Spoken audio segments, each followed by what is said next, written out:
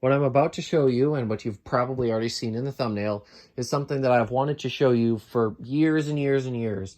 I didn't think it would be this, but I always want to show one of these. It is this Bahama Lighted Housing. Now, my grandparents, the ones whose house you haven't seen, have one of these installed, except it's a hugger. And it's got a 3-light teacup looking freaking light kit with 3 4-inch shades that are in this diamond cut crystal pattern that you see here. But this one is a little bit different. I got it on Marketplace. I spent 35 bucks on it, and that would be ridiculous for most fans of this stature, I guess. But because it's childhood and because they're rare, I had to go for it. The only ones I've seen have been this one and the one at my grandparents' house. They definitely don't show up often. And I almost said option there because I want to mention these fans came with either a down rod or a hugger option right in the box. I know this because my grandpa remembered that from when he bought his. So yeah, it's got really nice glossy blades. It's in polished brass. And it's got an original light kit on it with the same decorative thingies on it as the side here. So that light kit's definitely original. Here's the top of it. There's small amounts of tarnish on it. And for some reason, it looks as if the blades might be a little saggy, but I can't tell for sure.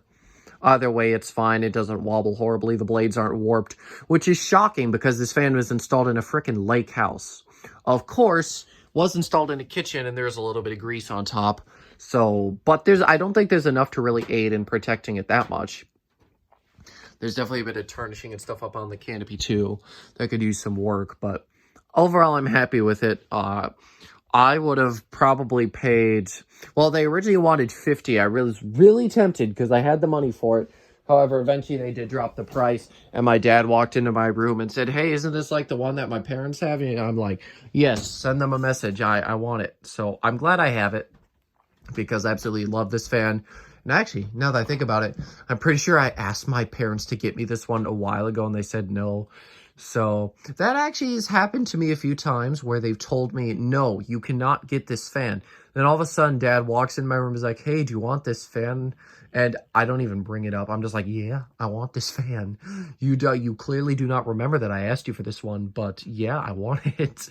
But anyways, yeah, bearings are crap. They either need to be oiled or flat out replaced. Otherwise, it runs fine. Obviously, with these import sort of cheap home store products, you definitely aren't getting the most supreme of airflow or quality, but it definitely is pretty decent, that's for sure. And this video would have come a bit sooner, but as per usual, I once again ran into a roadblock with this one. But luckily, that roadblock did get solved, and I think I will explain that to you. So let's say I just have to grab this stool because I'll be probably wanting this. Anyways, so obviously you've got 3 chains. The one for the downlight, this one that does the fan, and then you have got the uplight control. And basically, when I put it up for the first time, well, I should mention this first. There are like 4 or 5 hot-looking like wires that all look like hots coming out of the top of this thing. One of them turned out not to be a hot, and turns out that 2 of them weren't supposed to be tied in with the other hots. They were just supposed to be left separate on their own, both connected together. So what was happening was that the uplight, as soon as I applied power, it would come on automatically, and I could not get it to shut off. It was basically bypassing the pull chain, mainly because it was hot wired. Essentially, the uplight was basically hot wired. So I had to separate those 2 leads before I would actually get functioning pull chain. But I did get there eventually, which makes me very happy. And then, of course, turns out the uplight pull chain was also busted too. I have it sitting over there. I will either chuck it or use it as a little display example piece. I don't know. I've got so many of them, I'll probably chuck it. But anyways, yeah, that's about all I've got to say here for this one. That's the main story behind it. You know, 35 bucks to most of you probably seems stupid, but I adore this fan. I adore these fans just completely. I love them so much, and I'm so glad to own one of these. There is one of the universal copies, kind of like what my grandparents have too, and it's on Marketplace. It's been there for a while. If I've got money left over at some point, I may end up going for it someday. And, you know, if it's still there, I do have a little trip planned, and I may end up going to, do you guys remember that one salvage store that me and Dan went to? Well, I'll be potentially going back there. Of course, living in snow country, that might get in the way, but we're going to do our very best. But yeah, overall, this fan's just absolutely amazing. And if you're wondering, it is from February of 1991.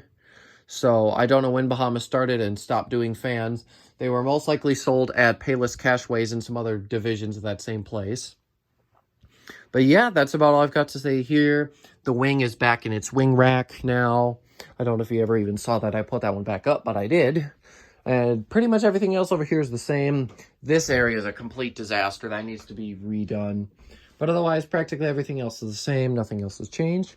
So I'm going to go ahead and end this video now. So thank you guys so much for watching, and I'll see you next time. Goodbye.